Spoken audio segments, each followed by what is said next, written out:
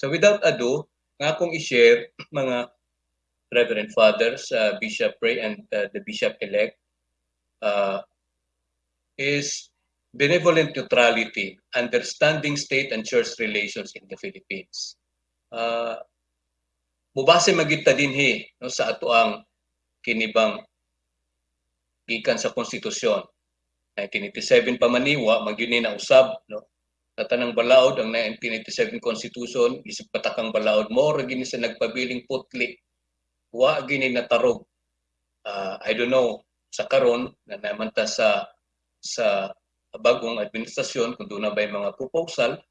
But while nagpabili pa ng proposal, ang atawag yung batakang balaod mo, gyud ang 1987 Constitution. Doon ay mga troll mingon nga, 1987 pa man na. No, nagpabiling gina siya. So Article 2, Section 6, klaro, the separation of church and state shall be inviolable. Inviolable. Di yun ma-violate. Kinisa karaan na kinisa nga provision, mga kaigsunan, ikan pa ni sa 1898 nga konstitusyon sa Malolos. The first time ni siya gibutang sa the very first constitution in Asia, which is the Malolos Constitution, gibutang siya nga provision. And then, of course, na-adapt sa 1935 Constitution, sa 1971 Constitution ni Marcos, and then 1987 Constitution. 1986, Freedom Constitution, and then 1987 Constitution. Ngamoy ato ang isubay karon. Section 5, klaro po kinda, no law shall be made respecting an establishment of religion. Walay balaod nga pag-i-enact, no? Nga mag-establish og reliyon ng Estado, state religion. Or mag-prohibit, magdumili sa free exercise of religion. The free exercise and enjoyment of religious profession and worship without discrimination or preferential forever. Forever. So naagi forever, ha? May forever sa balaod. What is that? Kining pag dili ta maghatag favoritism ang balaod o ang estado dili mo hatag favoritismo sa usa ka particular o pipila ka particular nga mga religious organization or religion or mo discriminate sa particular nga mga relihiyon. Di no? Kinahanglan ipadayag ipatumaw ang free exercise. And then ikatulong nga punto sa maong section nga igsuon is no religious test shall be required for the exercise of civil and political rights. Kaya bitang inon nga ang dawaton diri sa posisyon ang makadagan kinahanglan mga member lang sa ani nga relihiyon na sekta o nga simbahan. That's unconstitutional. Kung nampisan sa mag-file ta sa ato mga form, iba ibuta magid religion, wala para na siya no. It has murabag for filing purposes only. Dili gyud pwedeng kay mahimo na mo ng religious test. Now, church and state separation. Sa daghang kay higayon moingon din ta basta mo makilabot gani dayon or manginlabot, di matili manghilabot, manginlabot mo padayag ang simbahan. May ngay kung simbahan di maigsuon, dili lang ang majority nga simbahan nga dinhi sa Pilipinas is the Roman Catholic Church. For me even that's a misnomer. I always consider myself not a Roman Catholic but a Catholic in the Roman Rite because Catholicism is bigger than the Roman Catholicism. I'm a Catholic in the Latin Rite. Dako kayo ni napad kayo ni Church Catholic. Now, may yung dahin ta basta mo magwali na si Father or si Bishop, no? Nagikuan, isaway yung may tungod sa gihimo sa gobyerno, patakaran sa gobyerno, may dahin ang uban. Paghilom simbahan kay church and state separation ta ay paglabot-labot. Mo na siya ang common kay understanding. Dili manghinlabot kuno ang simbahan.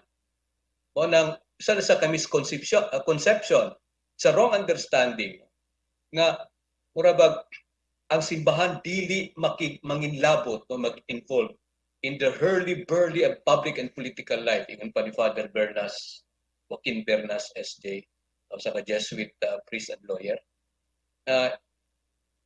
Murabag kitang taga-simbahan maingon ang taga-gobyerno nga dili ta mo labot-labot, we must confine na lang ourselves in our sacristy.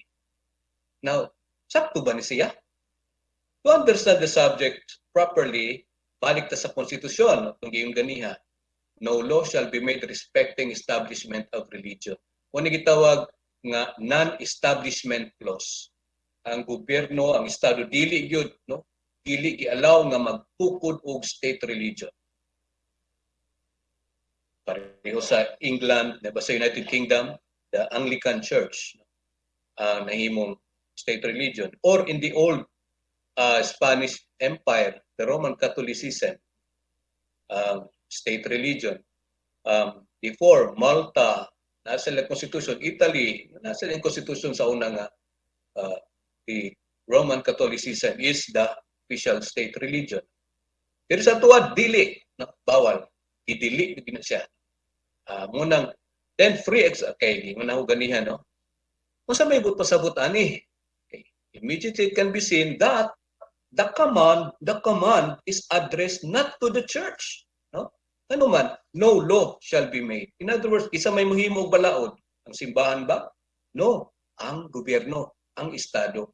O na nga miingon ang balaod, hoy estado, hoy gobyerno, dili ka muhimo og balaod.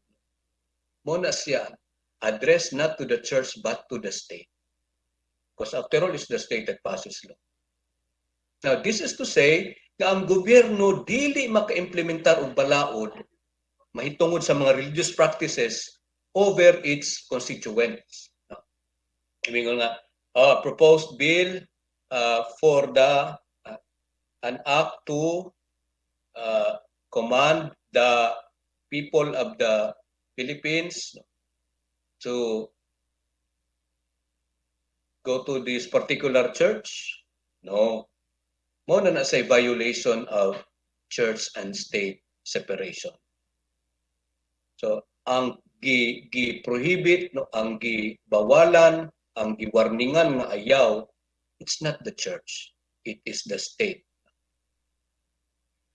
Now, the fundamental meaning of the clause is the prohibition imposed on the state nga di gyud maghimo og state religion nor mag-favor og any religion.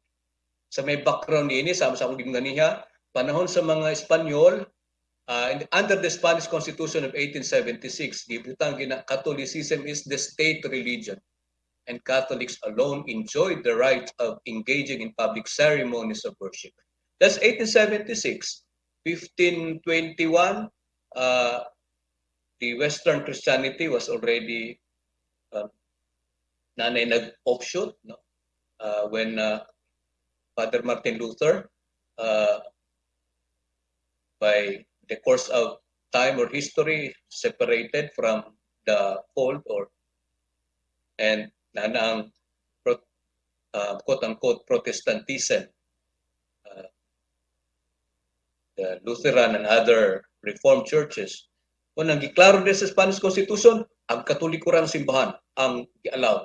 Kung ang tanan dito sa tibok Espanya, hangtod sa mga lugar na nahimong koloniya sa Espanya, maskin kung wala sa Pilipinas, panahon sa in the 330 plus years na nagdumalang i-colonize kita sa Spain, wala magyud ni effect ang Spanish Constitution, but because we were a colony of Spain, nga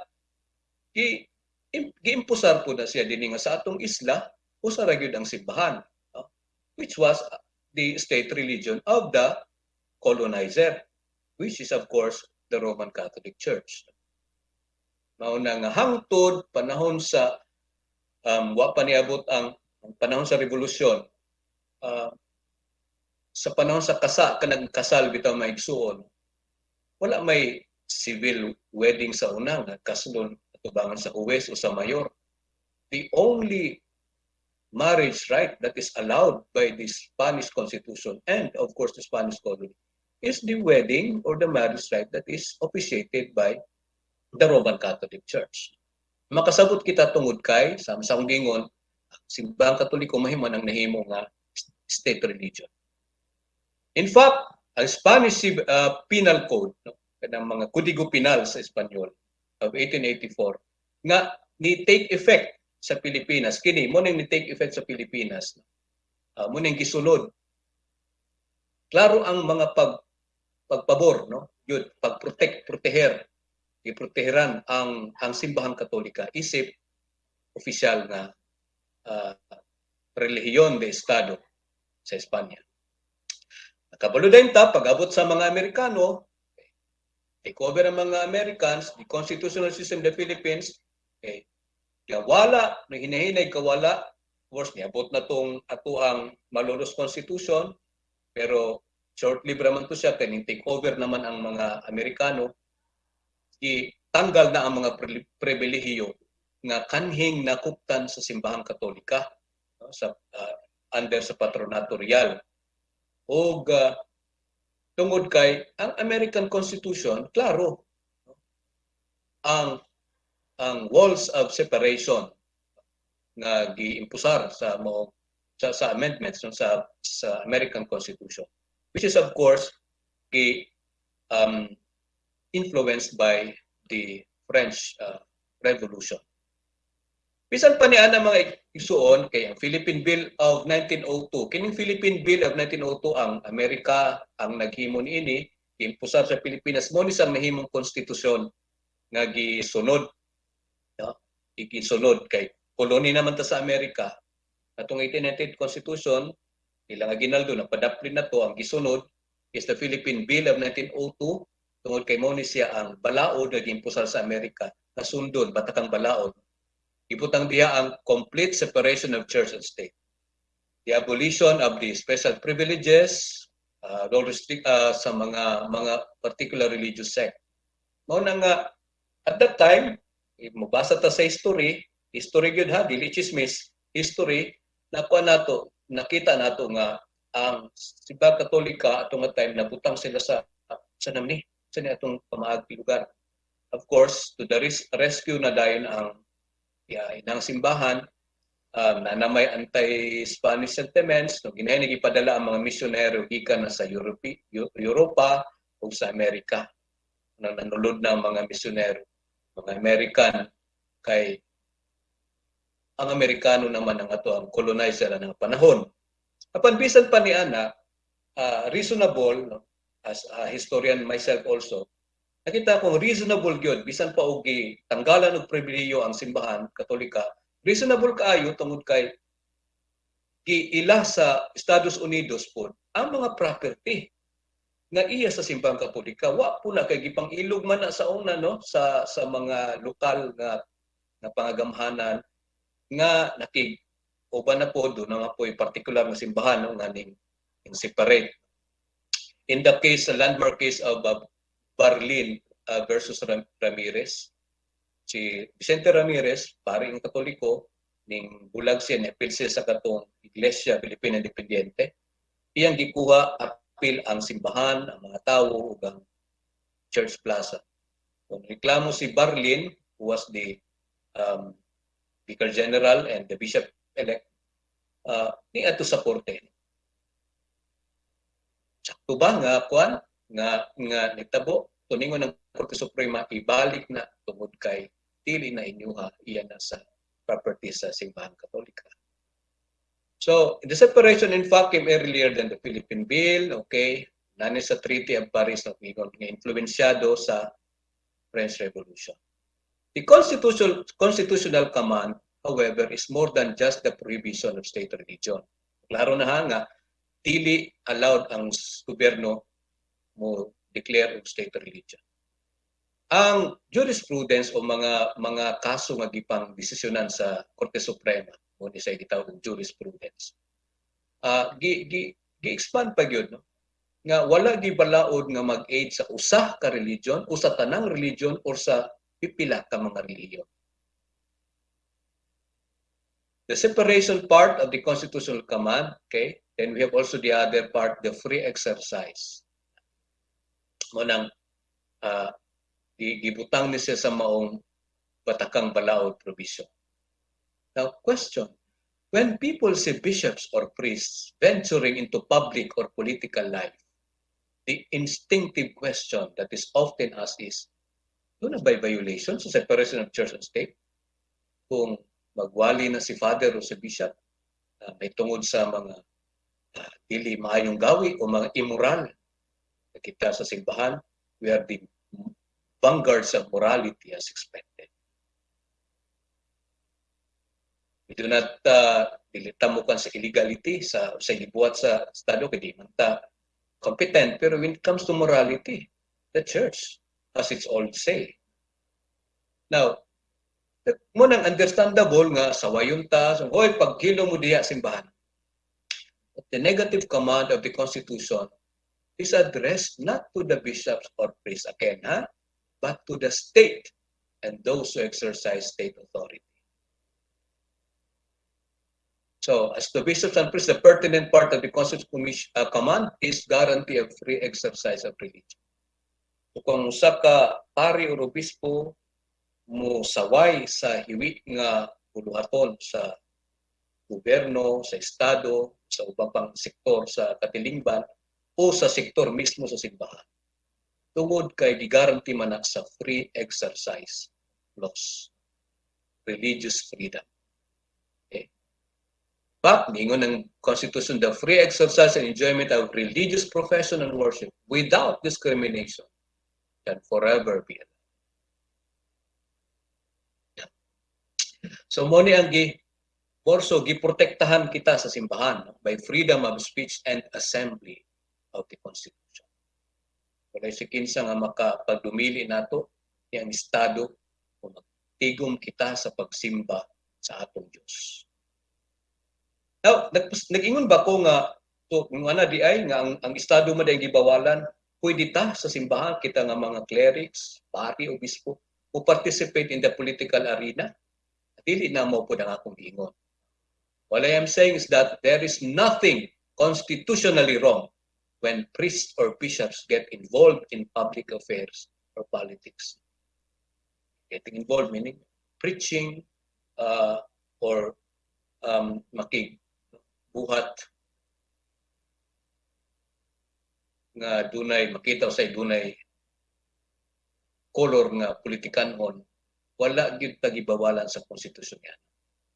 Of course, tungod kay wa man ta gibawalan sa konstitusyon, nagpasabot ba nga magpatara na lang puta? Naa putay sundon nga kaugalingon. Of course, the bishops and priests, including ministers, are governed by our own set of church laws. Una na sa atong canon law, o sa particular simbahan o sa constitution or bylaws aning sekta, constitution and bylaws, for example, of the United Methodist Church, UCP, Charismatic Episcopal Church, the canon law of the Roman Catholic Church.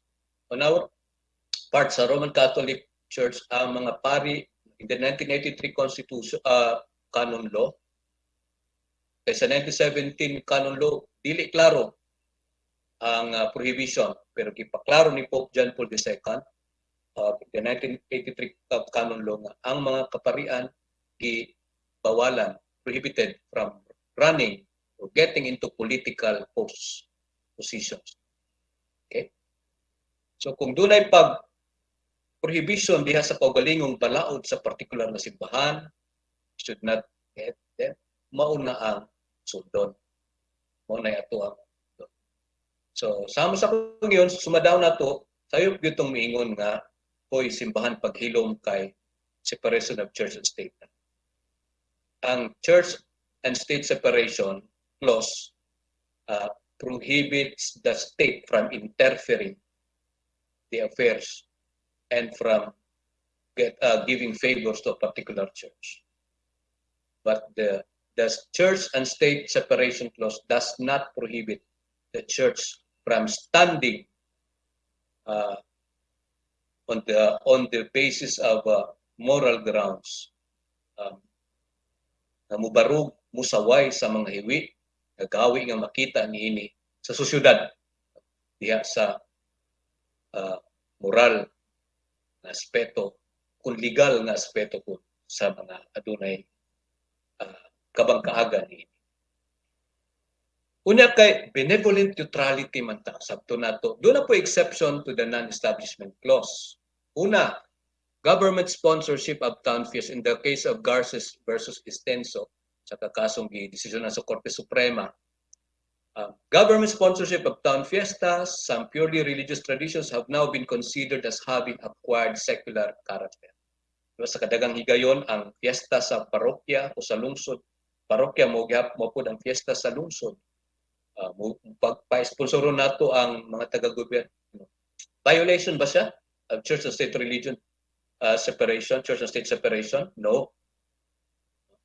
Ingon ng Korte Suprema na sa secular character. You know that for a fact as Filipinos, it's recognized that the faith forms part of the culture, Filipino culture. In one case, Aglipay versus Ruiz, 1937 case, reklamo si Monsignor Gregorio Aglipay kay atong time dunay 1937 ba to dunay Eucharistic Congress. So ang Philippine Post Office nagprint sila og daghan kaayong mga postage no nga about that religious event. Nareklamo si Aglipay saying, "Oh, that's a violation of church and state separation, then you give undue favor to the Catholic Church." Niingon ang Korte Suprema, dili, no. Kay naay religious event, pero kanang halin anang post mga stamp, wala man nagihatag sa simbahan. Halin mga ganin sa gobyerno. So gisakyan ang event, particular event. Ibisita si Pope Francis, for example, doon ay World Youth Day, doon ay whatever, doon ay mga magipaghimo nga mga postage stamps. Ang halin-anap, padulong mas gobyerno, wala man nagihatag dito, wala man naka-benefit ang religious check. In fact, ang Estado naka-benefit. Mo nang dili siya violation. Another is exemption from zoning requirements. Doon ay mga zona-zona, mag-zoning-zoning ni mga lokal nga pangagamhanan. Tapos, haliton mo papahawa diha tungod kay nag-violate mo sa zoning ordinance. Kay aning dini dapat ko ang siya. Nakauna na ang simbahan. Dinhi moingon ang local government para ra gid ni sa mga leisure or unsa ni business establishment. Nakauna na mo sa simbahan diha. Si paganing dunay exemption ni ana sumala sa the case of Martin versus Corporation of the presiding bishop nga kung kakaso. So naana siya. So dili nga kita ang mo exempt ang simbahan. Tanawon ni mga Mormons takas kanilang mga kuan. So mga struktura maskin pa exempt tungod kay giingon mo may giingon sa balaod. Kini mga desisyon sa Korte Suprema mga igsoon, parte ni siya sa balaod. Nahimo siya kabahin sa balaod. Now, is it legal to pass legislation that restricts religious freedom? No. No. Okay.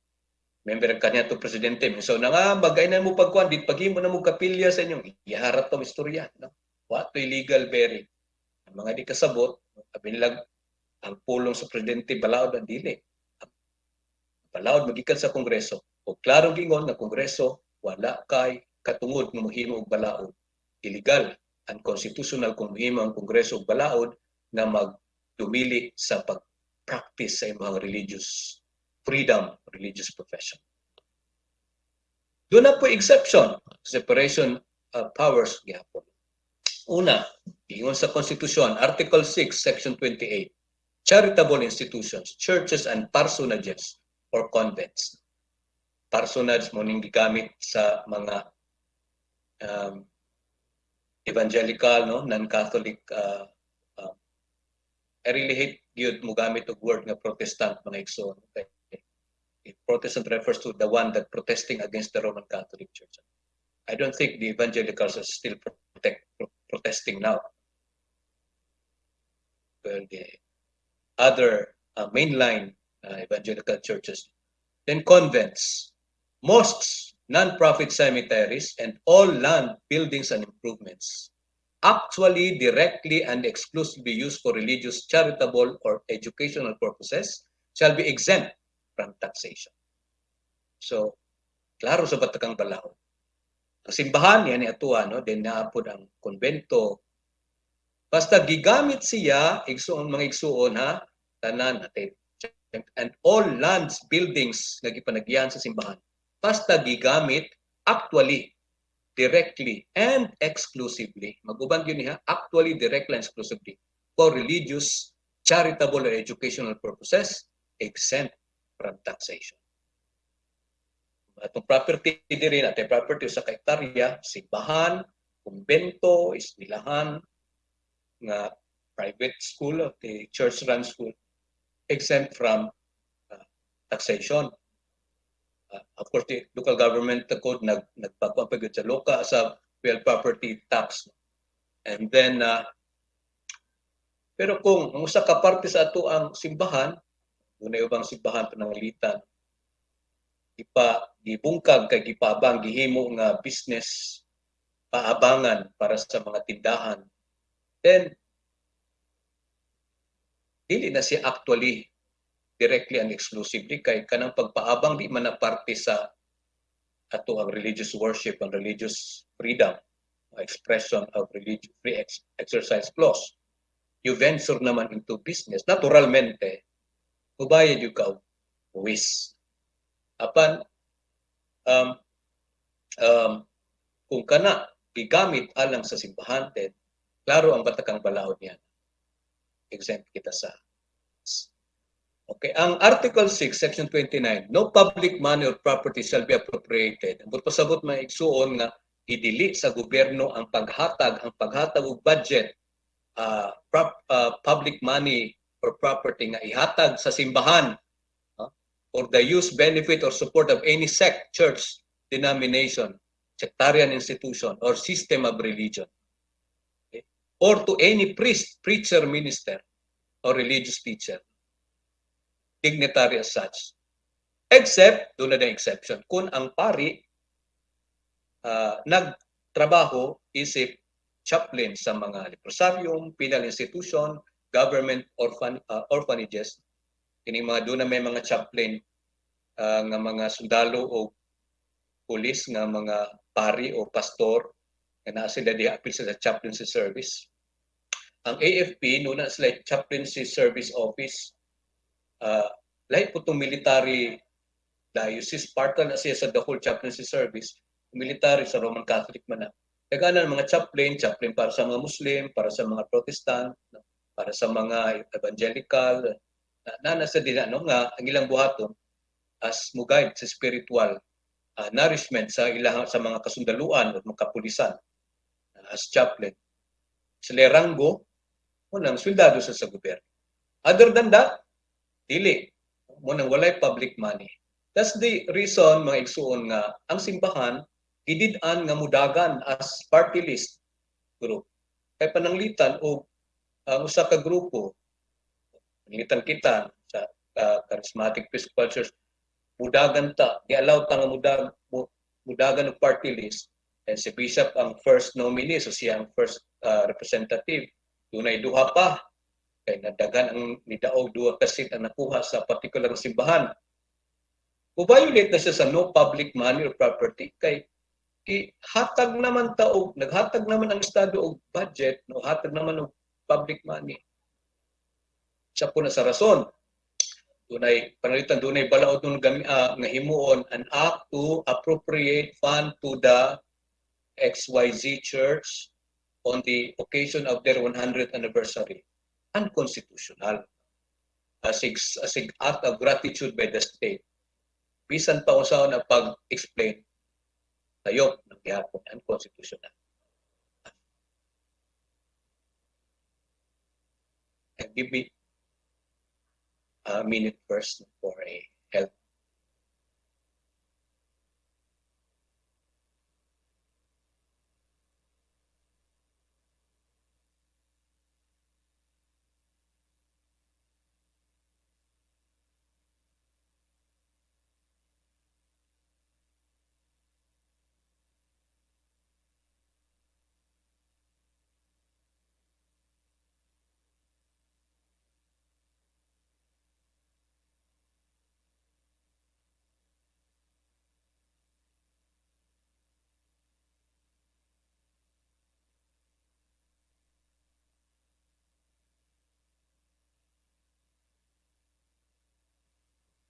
Okay, then educational institution, exception gyapon ang sa Batakang Balaod ang eskwelahan nga tukuron sa Pilipinas kinahanglan majority owned sa mga Pilipino. Pero doon na exception gihatag alang sa mga religious groups. Schools that are established by religious groups and missionaries.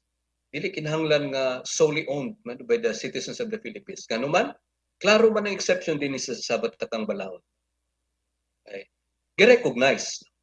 So, kining pag-recognize sa Batakang Balaod, sa nga no putay degree of dili strict nga pag-separation church and state o mo ni gitawag nga benevolent neutrality. Doon na may duha ka theories nga igsuon, no? Ang una, strict separation, strict neutrality. Second, benevolent neutrality. Ang strict separation, wa gyud panghilabot, no? Bawal pinini, bawal estado, ayaw pagkuan sa simbahan, wala tay himuon, wala tay mga concession, wala tay mga compromise nga himuon. O ba ang gigamit nato din sa simbahan? Dili. Ang gigamit nato din sa simbahan mao sa nasod Pilipinas mao ang strict benevolent neutrality. Yes, we recognize the wall of separation to protect the church from the state. The separation of church and state means to protect the church from state incursion. But to allow individuals and groups to exercise their religion without hindrance.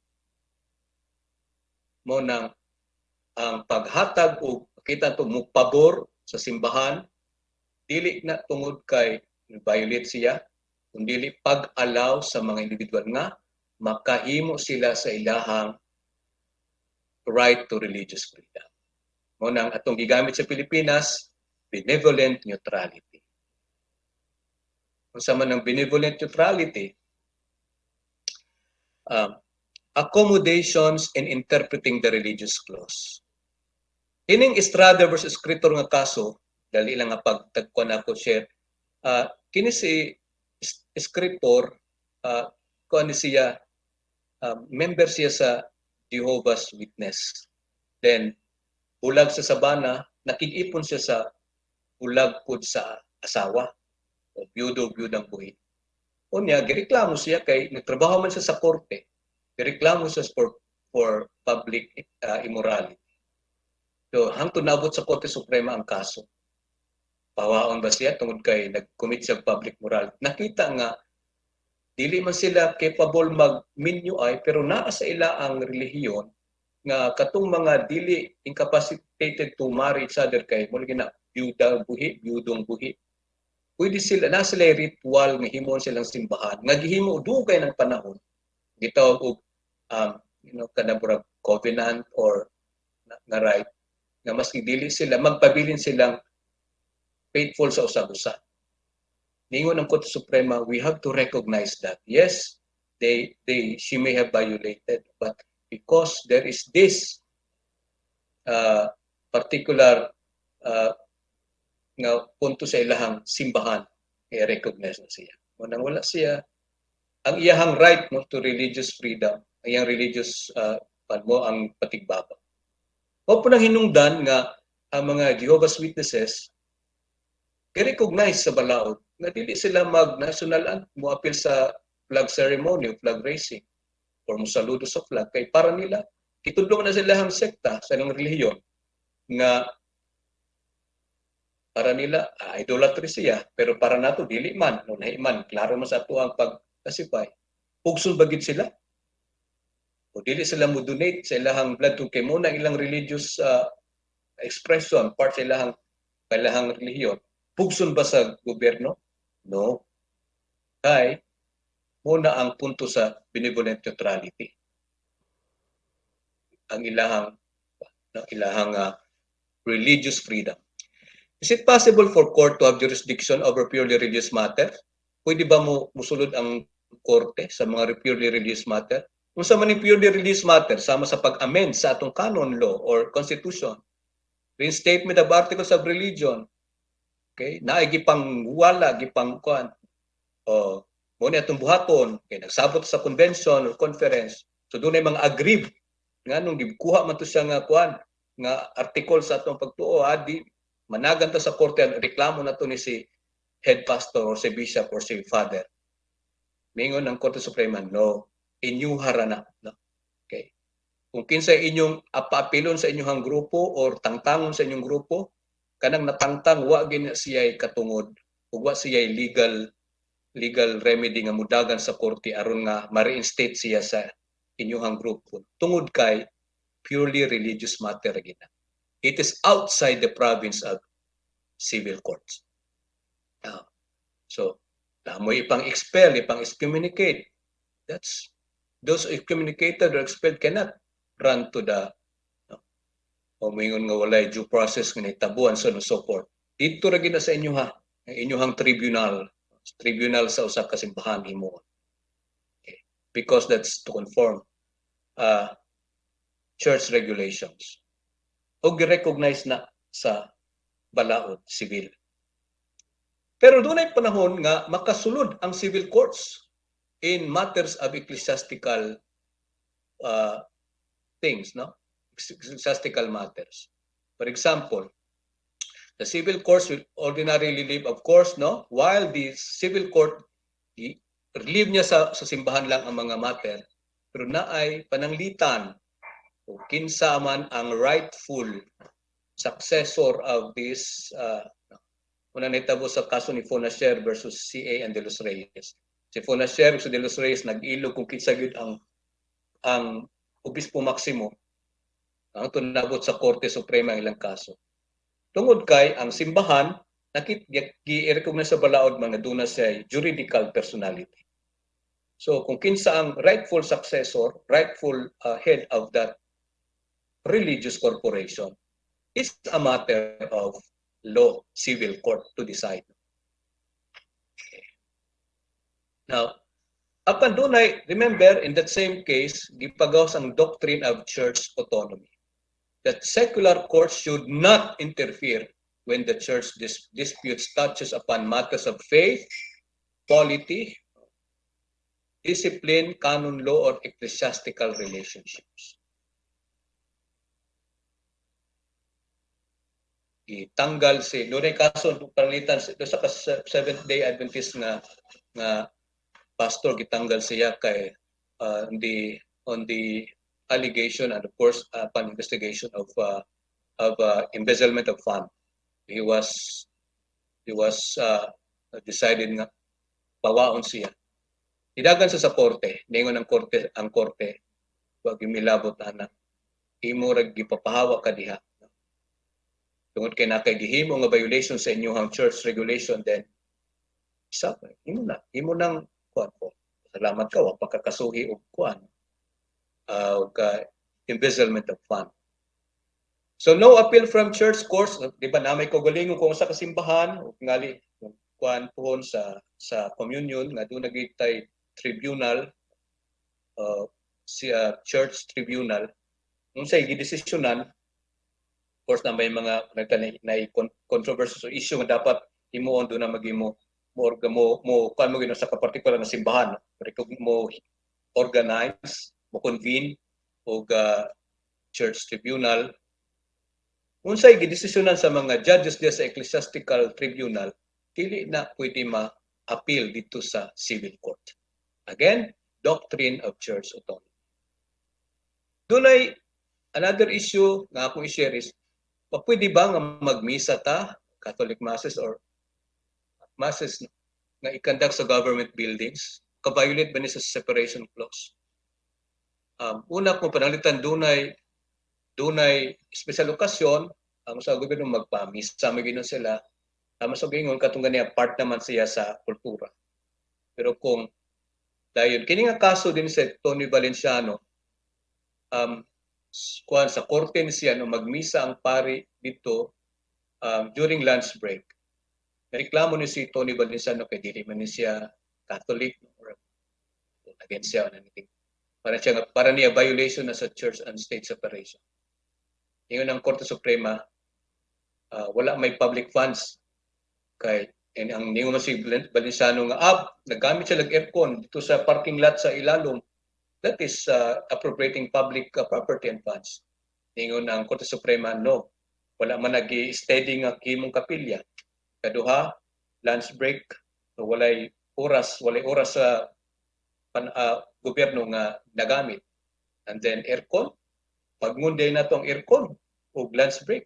Diba? Mga pagbata diha sa mga sunog ta diha sa opisina.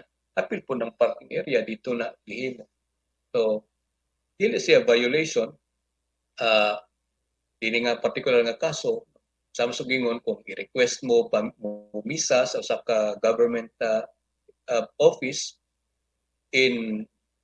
if kana nga misa, for example, for the celebration or appeal sa maong programa sa value formation, that is part of what we call benevolent neutrality. Dili magamit ang church. Two aspects of religious freedom. Freedom to believe and freedom to act. Freedom to believe, that's absolute. If you want to believe this particular God or gods, pila ka Diyos imong tuhuan, pila ka, imuha yun na absolute freedom. Why labot ang gobyerno, ana? Napito sa Amerika, nasa sa ka particular dito nga sekta nga the flying spaghetti ang ilahang Diyos. Ilahagin na. No? Wa mo sila kahimog kadaot. Ngunit freedom, this freedom is absolute. So muna itong articles of faith, ato aragin na. Why labot sa kinsa gobyerno nga mo interfere na. But the other one is freedom to act upon the belief. Okay. Kung imo na nang gamiton, imo nang i-action nimo, kinahanglan ang imo action magsubay sa balaod. You believe, go forth and multiply. Tungod kay go forth and multiply, mo na say freedom to believe. Pero kung imo pag-act upon that belief to go forth and multiply is i-allow sa simbahan nga magminyo og daghan ng polygamy, diya na mosulod ang Estado. That is illegal. That is bigamy. That is adultery. That is not allowed by law. So freedom to believe, you can believe everything you want to believe. But to act upon, kinahanglan magsubay siya sa itakda sa balaod. Gusto na ko i-share kay kini sa kadang higayon, fathers and bishops and lay people na nakaroon din. Dili kayo ta familiar, no? Tunay actually balaod nga nagprotektar po nato simbahan. Sumala nasa Revised Penal Code. Article 132 of the Revised Penal Code in interruption of religious worship. Now, the penalty of prison correctional in its minimum period, 6 years, shall be imposed upon any public officer or employee, meaning taga-gobyerno, who shall prevent or disturb the ceremonies or manifestation of any religion. Kanya kung nagkuan pagit siya, nag-threat pa siya, nagtutok og pusildihan, pangdagmalan, damor, medium maximum period pa ang iyahang penalty. So, Article 132 of the Revised Penal Code. Any public officer, sundalo, pulis, basta taga-gobyerno, barangay chairman, nga magsamok-samok sa ato ang religious ceremony is liable, criminally liable for interruption of public worship under Article 132 of the Revised Penal Code. So the offender's public officer or employee. What if private person, private citizen? Kung man, dili siya makasuhan ani, dili.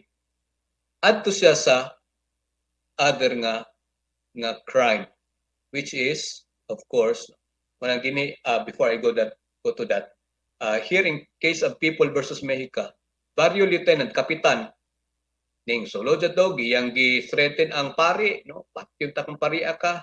Okay? Sige, pagmisa kay di patyun ta ka, so on so forth. So, tao nadlok si father, wa ta ang kakuan ka celebrar sa misa. He was charged for violation, criminally liable for interruption of public worship. Okay. Reading the Bible is not a ceremony. Okay. Kana magbasa ta, magtigom, kay nagbasa tag Biblia, dahil nagsinamok, ningon ang Korte Suprema, dili man na siya religious ceremony or a manifestation of religion. it is just a mere meeting of a religious sect. Kita, of course, sa Charismatic Episcopal Church na mantay celebration, klaro yung katataw nato, no? We have a Eucharistic celebration.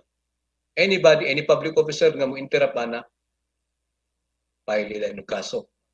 So, katong giyon ako, about private citizen, there is sa Article 133, offending religious feelings. Any person in a place devoted to religious worship or during the celebration of any religious ceremony shall perform acts notoriously offensive to the feelings of the faithful. Okay. And in a place devoted to religious worship, meaning sa kapilya, simbahan, notoriously offensive to the feelings of faithful. The latest case in fathers, bishops, is the case of Celdran, Carlos Celdran. Misulod siya na ay Bible, National Bible Week celebration na mga obispo sa ecumenical to sa celebration. Obispo sa Roman Catholic, IFI, invited, no? ECCP, everything, course, napagani Muslim. Sulod ni si Carlos Celdran, and then nag-wara-wara og placard sa may altar sa sanctuary dapit. Padre Damaso against the Catholic Church kay yung time ni stand banta against the RH bill and the RH law. He was charged. No, he was charged because he violated a particular provision of the revised penal code, offending religious feelings. Ayang gihimo dito naka-offend sa religious feelings sa simbahan. Now, in a place devoted to religious or during the celebration of any ceremony. Dili necessary nga naay religious ceremony, ha? Mukalit ng sulang sa katao diha, pangguba og mga imahin, panggubon ng mga usap diha, o mag-istorya against sa particular nga panato. That is offending religious. That's a criminal offense. Una kung dunay mga grabe ka diehard kaayo nga kon kayo, no, kanabang grabe na sila ka konselahang sekta nya mukalit og sulod sa simbahan katolika o sa Charismatic Episcopal Church. Magilog ang microphone dito, magwali, mingon nga kamo. Kamo mga nagsimba og mga Diyos-Diyos og mga imahe. Iyan na dito. Tapos proud kay siya o proud po ng iyahang sekta kay muna naka-invade og simbahan. Nakawali dito against the Catholic. Dili mo maluwas, ma-impierno mo, everything. That is a criminal offense. They should not do that. Now, the religious ceremony may be celebrated outside of a church. Then a private citizen or anybody in public okay, the acts must be directed against religious practice or dogma or ritual, purpose of to ridicule or to mock, okay, scoffing at attempting to damage an object of religious veneration. Grabe siya, gusto gina kay para niya mga Diyos-Diyos ang kanang mga imahin or crucifix, sulod siya sa simbahan o iyang gipang tumba ng guba. Okay lang lugar, no? That is a criminal offense. And the church is being protected by the law. Okay. Throwing stone at the minister who was preaching or spreading his beliefs during mga kuwan. That is also an criminal example of offending religious feelings. Okay. Then, of course, the tax exemption, as I said a while ago, tax exemption on church and schools, klaro kayo sa NIRC ni sa Section 30 sa Tax Code of the Philippines. Stock corporations for religious, charitable purpose, religious, din ang simbahan. Exempt. The local government code, klaro kayo sa local government code, Section 234, nga ang simbahan, kumbento, o ang property sa simbahan, yuta, nga gigamit actually directly and exclusively for the use of religious purposes is exempt from real property tax. Naay mo kalit og kuan sa inyo diha nga taga municipal assessor bang sa bana diha din ipangkuan mo, tagaan mo og citation kay wa mo nakabayad. Na lang i-remind sila sa Section 234 of the Local Government Code of 1991. Klaro na kayo na. Then, of course, in the rules of court, kinibang rule sa korte gi-recognize gyud no sa balaod pud ang priest penitent privilege. Whatever gikumpisal sa inyuha or even if it's not through confession but like counseling, those are confidential matter. Disqualified ang pari o minister nga mamahimong witness mo testify diya sa korte. Kaya iyan ang invoke ang priest penitent privilege. It is recognized by the civil law. It is recognized by the civil court. Unang dili, unang pananglitan, ang usa ka kriminal may father, ako'y nagpatay kang Pedro. Tawgon lugar si father or si pastor or si minister na mo testify kay mi confess sa iya si Juan na siya nagpatay kang Pedro. No. Because, ang sa gingon, part of the benevolent neutrality ang pag-recognize sa Estado sa pribilehiyo, confidential privilege sa ka minister and his counselee or confessor and confessee. At the outset, no, as our ato ang takeaway no, sa kini nga sharing Reverend Fathers and Bishops. As clergy and church people, also the lay people who are here, sa may ato ang obligasyon, responsibilidad. Always remember first to uphold religious freedom and stand against when it is threatened. Stand for religious freedom when it is threatened. Now this is done by the church, by the state. Second, your right to believe is between you and your church, God. But your right to act upon your belief is subject by state laws. If you believe that Christ or comet will come, na kometa nga mo abot, kay kuhaon na mo tanan, mag-rapture na ta, ang kuhaon na ta tanan, inyuharagin ang atuar, inyuharagin ang pagtuo. No one will pero kung imo ingon nga aron makaadto ta sa kometa kinahanglan mag-suicide tang tanan, that is already a criminal act. No? Musulod na dahil ng Estado. So, meaning ang ato ang pagtuo, pero ang atong pagbuhat, mga lakang buhaton, aron mapaday nga atong pagtuo, may be subject to state. Third, takeaway nato is i-check sa mga I always say this to sa mga particular groups at like of course sa inyo has a Charismatic Episcopal Church, sa uban pa mga non-Roman Catholic churches, sacramental churches, even evangelical, na i-fortify gud ninyo ang inyuhang civil, inyuhang canon law, meaning ang inyuhang church bylaws. Educate the clergy and the laity of the church's bylaws. Na dili sa basta-basta lang can shrug that off. I don't like my bishop, I can shrug off. No? I don't like my fellow priest. No? That is not Catholic attitude. No? That is not that's un-Christian and that's un-Catholic. Kay sa mga sanggingon nga ang balaod sibil o ang Estado nag-recognize sa balaod sa simbahan. O na kinahanglan, challenge ato is ato ginang i-fortify. Atong palikunon.